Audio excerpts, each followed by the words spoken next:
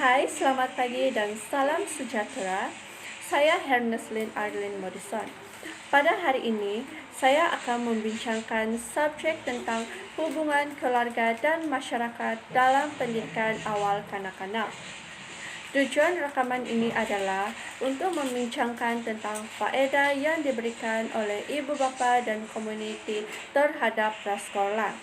Seperti yang kita ketahui, ibu bapa adalah individu yang paling penting dalam setiap aktiviti yang dilakukan oleh kanak-kanak.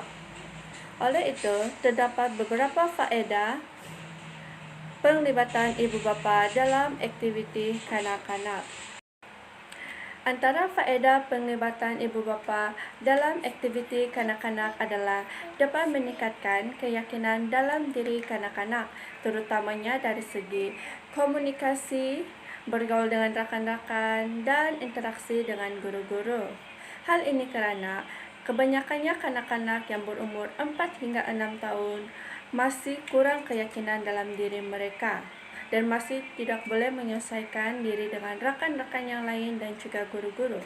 Oleh itu, guru-guru perlulah menyediakan satu aktiviti yang menarik yang memerlukan penglibatan ibu bapa. Contohnya seperti hari keluarga, sukaneka, dan lain-lain. Sebab aktiviti ini dapat memberi keyakinan kepada kanak-kanak agar tidak merasa takut. Faedah yang kedua pula adalah kanak-kanak dapat melihat peranan yang berbeza daripada ibu bapa.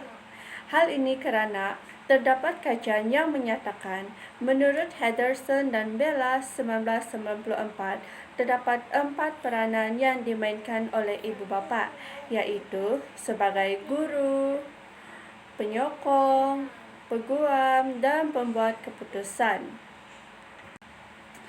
Melalui penglibatan ibu bapa dalam aktiviti pembelajaran kanak-kanak juga akan dapat mengubah persepsi kanak-kanak akan peranan ibu bapa mereka sendiri, di mana ibu bapa mereka juga boleh menjadi guru di rumah mereka.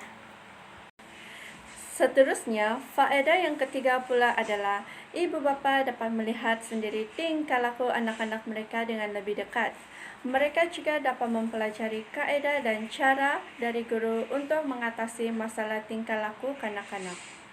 Ibu bapa bukan saja dapat melihat sendiri tingkah laku anak-anak mereka, malah dapat mengetahui tahap perkembangan anak-anak mereka. Hal ini kerana mereka masih kurang memahami akan hal ini, terutamanya ibu bapa yang berada di pendalaman.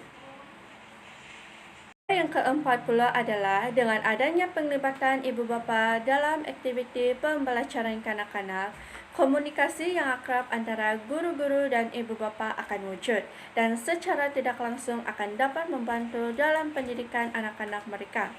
Contohnya, guru-guru boleh mendapatkan idea-idea yang baru daripada ibu bapa mengenai kurikulum anak-anak. Bukan itu sahaja, mereka juga dapat berkongsi masalah dan berbincang tentang masalah yang dihadapi oleh kanak-kanak dan cara untuk menyelesaikannya. Jadi, maksudnya, ibu bapa tidak boleh menyalahkan guru-guru dan guru-guru juga tidak boleh menyalahkan ibu bapa jika berlaku sesuatu yang tidak diingini kepada kanak-kanak. Kesimpulannya, penglibatan ibu bapa dalam aktiviti pembelajaran kanak-kanak adalah sangat penting bagi membantu perkembangan kanak-kanak, di samping memperkembangkan keyakinan dalam diri kanak-kanak untuk mengikuti apa saja aktiviti yang dilakukan oleh mereka. Sekian dan terima kasih.